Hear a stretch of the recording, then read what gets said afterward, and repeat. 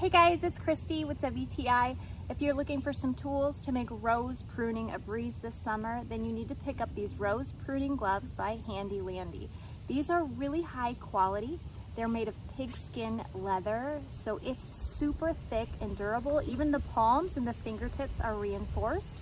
I promise you, no thorn or thistle is going to puncture through these gloves and hurt you.